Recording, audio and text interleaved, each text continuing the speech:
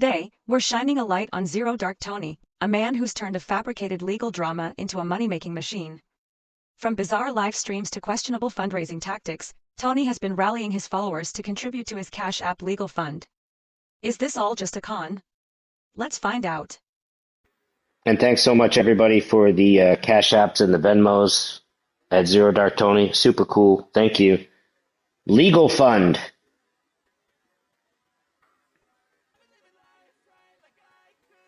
Now, we'll see. Because I said I would just rather have my representative, my counsel, because Stephen is going to represent me. I just didn't retain him yet. So when they mailed it to him, well, they didn't get mail service and, well, I didn't pay him yet. Well, I didn't want to spend an extra, why would I want to spend an extra $2,000, $3,000 for him to show up today? I didn't have to. You guys see? I saved money, one. These clowns are going to have to wait another month. Very good possibility that they're going to be in jail or dealing with other cases. It was purely strategic. And he doesn't realize that I out-fucking-foxed him today. I out-silver-foxed him today, baby. Transparency matters when you're asking people for their hard-earned money. Here, Tony admits he hasn't even retained his lawyer yet, despite asking for donations. No invoices, no receipts. Just vague explanations. That's not transparency, that's trust without proof. Next we will see what happened when Tony was questioned by one of his supporters about the legal donations. Yeah, I just explained it to you, bro, so go fuck your mother and get the fuck out of here. Suck a dick. I just told you. Bye. You don't want to listen? It's not my fucking problem, but you're not going to disrespect me. You fuck out of here. Bye. Bye. Bunch of fucking losers. You guys aren't paying for my defense from what it is. You know what I mean? You didn't pay for the defense, but you guys know that. I don't have to explain this to you. Because of this numbnuts over there. Mr. fucking numbnuts over here. Hey, it's Mr. fucking numbnuts over there. And guess what? I got the money to do it. But if you want to donate, okay, to the slush fund for this fuckery to help out with it a little bit, like I said, I can afford it. I don't want to pay it all myself, but fuck it. Cash App or Venmo, and I appreciate it. Again, it's not necessary, but who the fuck wants to pay fucking, for this shit? Tony says he can afford it, but he doesn't want to. Instead, he puts the financial burden on his audience. Why pay yourself when you can guilt your supporters into funding your poor life choices? Classic manipulation. And since we've already seen, his hope all along was to create enough chaos to get his victims to pay him to stop. Now, yeah, if you guys want to be a part of the actual process, and even if it's fucking 99 cents, and you want to just chip in just for a symbolic thing, that's really kind of what it's for. It's not out of necessity. It would be appreciated, but I think in the long run, if these things go the way they should go, then my legal fees will be paid. Tomorrow, I'm going to show you guys that we have over $1,000 towards the legal fees, right? Which aren't as expensive. My legal fees are not half of what Danny's are. And I'm going to get so much more out of it because I know where to go. I know who to get. And now I can afford the right attorneys to do the right thing. And fortunately, I've been working with these attorneys with different things over several years, Shit. Everybody waiting? Fuck you. Fuck you. How about? This clip captures the moment Zero Dark Tony went live to explain why, after weeks of hyping his trial of the century, he didn't show up to court. His followers had raised thousands of dollars, believing they were funding a groundbreaking legal battle, complete with subpoenas, dramatic witness stands, and a decisive showdown. Instead, Tony appeared on his video game stream, casually brushing it all off as a strategic move to outsmart his opponents. Confusion rippled through his audience. briefly. Then, as if spellbound, they fell in line, laughing along with him, their doubts silenced. The clip highlights the cult-like dynamic between Tony and his followers, with his charisma overshadowing reason and accountability. Fuck all of you. No. Let them have it. Let them have it. I don't care. I'm not showing up. Nobody's showing up. Nobody's coming. Nobody's going to be there for nothing. We don't care. We don't care. And it continues. After we watch the rest of the clips, I will break down the nature of this type of legal scamming and provide examples. The appeal judges will know. If you guys want to donate to the appeal, Cash App, Venmo, Zero Dark Tony. They download an entire copy of your phone, and then they can have access to it. They give you your phone back. The goal is 5K. Okay? The goal is 5K. The appeal ain't cheap, but we'll get it paid back. Because they have a whole complete copy. So anything you guys, we've already got like 500 towards it or something like that. So anything you guys kick in, I'll put towards the bill. All right, I'm out of here, man. Thank you, everyone, for coming. Seriously. And I didn't expect any of you guys to pay for my defense, but you guys want to get it on the rest of this, then there's the opportunity to. Hopefully we can pay for the whole thing because it's really like bullshit, and everybody in here is going to be put on the protective orders, so it's going to protect the audience here just as much as me. This is textbook cult psychology. Let me break it down. Narcissistic cult leaders like Tony thrive on two things: control and loyalty. By claiming his protective order will cover his audience, he's blurring the line between his personal issues that he manufactured and their lives.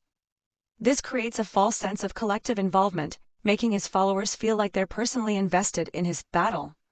He's back in New York, and he's out here talking about me because he's desperately trying to get money, and he's ripping you off for his legal bills. He's telling you it's this $5,000 bill. Let's see the invoice, Henri. Where's the invoice for your lawyer's bill? Because I haven't seen one. Has anybody seen an invoice? Put a 1 in the chat if you have not seen an invoice from his attorney. And he's just putting up any old number on GoFundMe. As Nora from Raised in Scientology would say, make that a nice statement, Tony. Let's see your legal bills. You don't have the resources I have, honey. And I have buddies that are fucking billionaires that do not like what you're doing to me. And if I need their help, I'm going to get it. Amazing. Hey, the Cash App and Venmo at Zero Dark Tony, we still are got the legal fund going over there. And looks like we're going to have to maybe add a few people. So the Cash App QR code is right there in the upper left of your screen. Hit that or go over to Venmo and donate to the legal fund to fix this shit. And a lot of the people in my audience are going to be named as protected parties. William is also named in the case against Solomon and Mother, and they're restraining orders. So I don't know why you think I would file an appeal right now. I don't have to do it until 30 days after the order. That's the ideal time to do it. I actually have 60 days until after the order, but I could file whenever I want. I'm still in the point where I could file the appeal. I don't know what legal. I've seen some screenshots of these dipshits. We're going to file the appeal, just not yet. So whatever dumbass has been sitting there looking for appeal filings, they're not happening yet. And these are the same people that have picked the wrong address time after time after time after time. Now, if you're curious and want to join the discussion on this scammer, check out the evidence in the Reddit sub, Hero Not Zero. It's really a great resource for historical evidence of his scams and other crimes.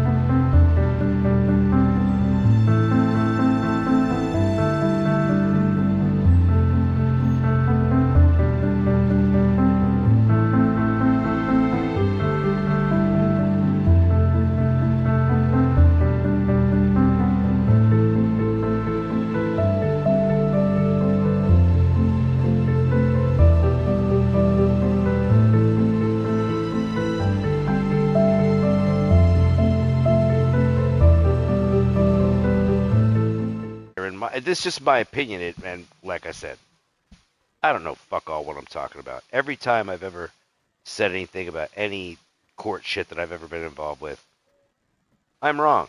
So, but I would absolutely love a peaceful solution. Obviously, there would be some sort of conditions from both parties, but hopefully that could be solved. And little hero light blows me. Tried to leave $1 last night and said on my Cash App because he's got to pay to talk to me because I don't have no interest in speaking with this piece of fucking shit who will be found and brought into court and exposed in front of the world when he's brought into court, or she, or whatever it is. But I will tell you this, I meant every word I said. I meant every word. And it's not a threat, baby girl. It's a promise. Okay? Okay? Okay, little chicken shit. All right? You think I don't have the resources? You'll see. Let's talk about the bigger issue here. Manipulative campaigns like Tony's don't just target people and their money. They exploit people's trust, emotions, and sense of purpose. His followers are drawn into a web of loyalty and drama, believing they're part of something meaningful. But what are they really supporting? A cycle of manipulation, ego, and hate. And let's not forget, Tony still hasn't found hero like Cody, despite the fact that Cody isn't really hiding. For someone who spends so much time ranting, making accusations, and claiming he's on the trail, you'd think he'd be a little more effective. But here's the truth. It's not about finding Cody. The chase is the point. Tony needs an enemy, a target for his anger, and a way to rally his followers around him. If Cody didn't exist, Tony would just be going after someone else. And he has plenty of targets, focusing on Scientology protesters. This brings us to another tactic straight out of the narcissist's playbook, creating enemies to maintain control. Tony constantly picks fights, threatens people, and vilifies them. It's not random. It's a calculated strategy. Here's how it works psychologically. 1. Enemies strengthen loyalty. By identifying new enemies, Tony creates an us versus them dynamic. His followers feel like they're part of an exclusive group fighting against outsiders, which deepens their loyalty to him. 2. Distracting from accountability. Every new feud gives Tony an excuse to avoid answering tough questions. Instead of explaining where the money is going or why there's no progress, he redirects the focus to whoever he's fighting that week. And his followers become distracted. 3. Emotional manipulation. Tony plays on fear and anger, making his followers believe these enemies are threats to him, and by extension, to them. This keeps them emotionally invested and willing to give more money and support. And if anyone raises questions, they are quickly dealt with. The cycle is simple. The more enemies Tony has, the more loyal his followers become. And the more loyal they are, the more money he can extract from them. It's a never-ending loop of hate, drama, and exploitation. Narcissists use their charisma and drama to pull people in, then create enemies to keep them engaged. It's a toxic cycle that turns loyalty into currency. By portraying themselves and their followers as under constant attack, they justify unethical behavior and suppress dissent. Now let's take a look at this article posted on Psychology Today. To summarize, Tony's behavior mirrors classic cult psychology in several ways. He presents himself as larger than life, the one with all the answers, and frames his followers' loyalty as essential to a bigger cause. He creates enemies to distract from his own actions, manipulating his followers with fear, guilt, and shame to keep them in line. Questioning him isn't allowed. Critics are mocked or blocked, and loyalty is rewarded while independence is punished. Tony excuses lies and unethical behavior as necessary for his fight, repeating falsehoods like his billionaire backers until they're believed. And his explanations are intentionally vague and confusing, leaving his followers dependent on him for guidance. In the end, this isn't just a strategy to control.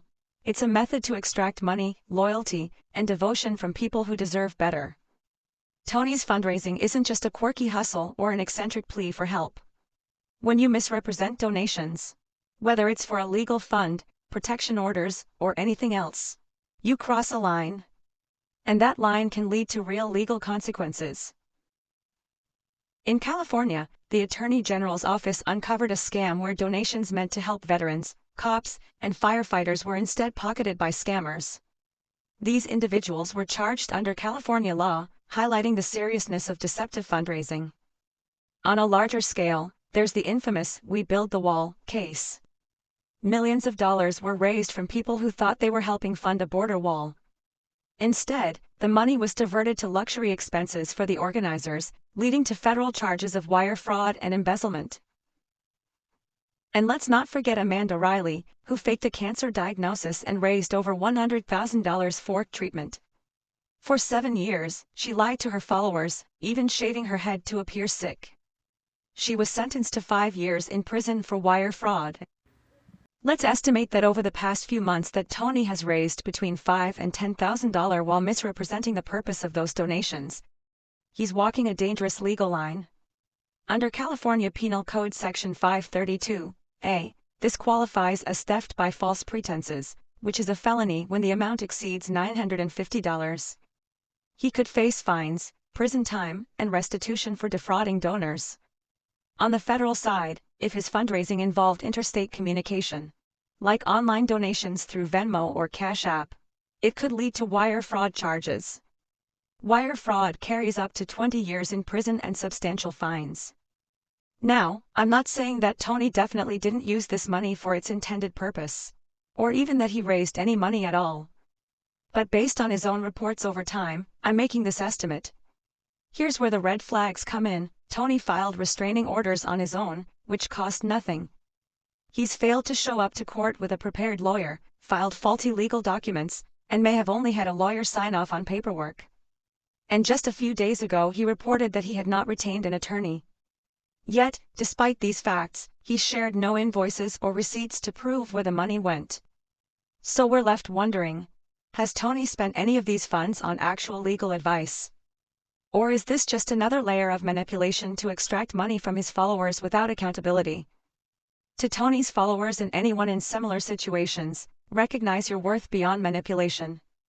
Your loyalty and resources should support real causes that uplift others, not fuel cycles of hate, lies, and exploitation. And to everyone else, stay vigilant. Generosity is a powerful force for good, but only when it's paired with accountability. Ask questions. Demand transparency. And if something doesn't add up, trust your instincts and step away. Until next time, stay kind, stay strong,